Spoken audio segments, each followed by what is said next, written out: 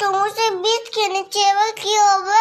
দেখিস তোর পেটে এবার গাছ হবে। সত্যি সত্যি পেটের মধ্যে গাছ হবে? হ্যাঁ তো, যদি একটা বীজ খেয়েছিস, এর বেশি খেলে পেটে বাগান হয়ে যাবে।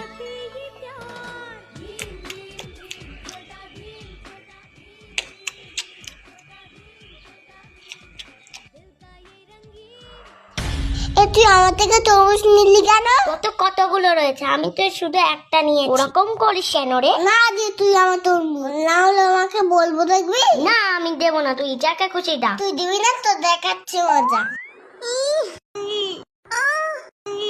দে আগে দে, তুই আমার তরমুজ দিয়ে দে।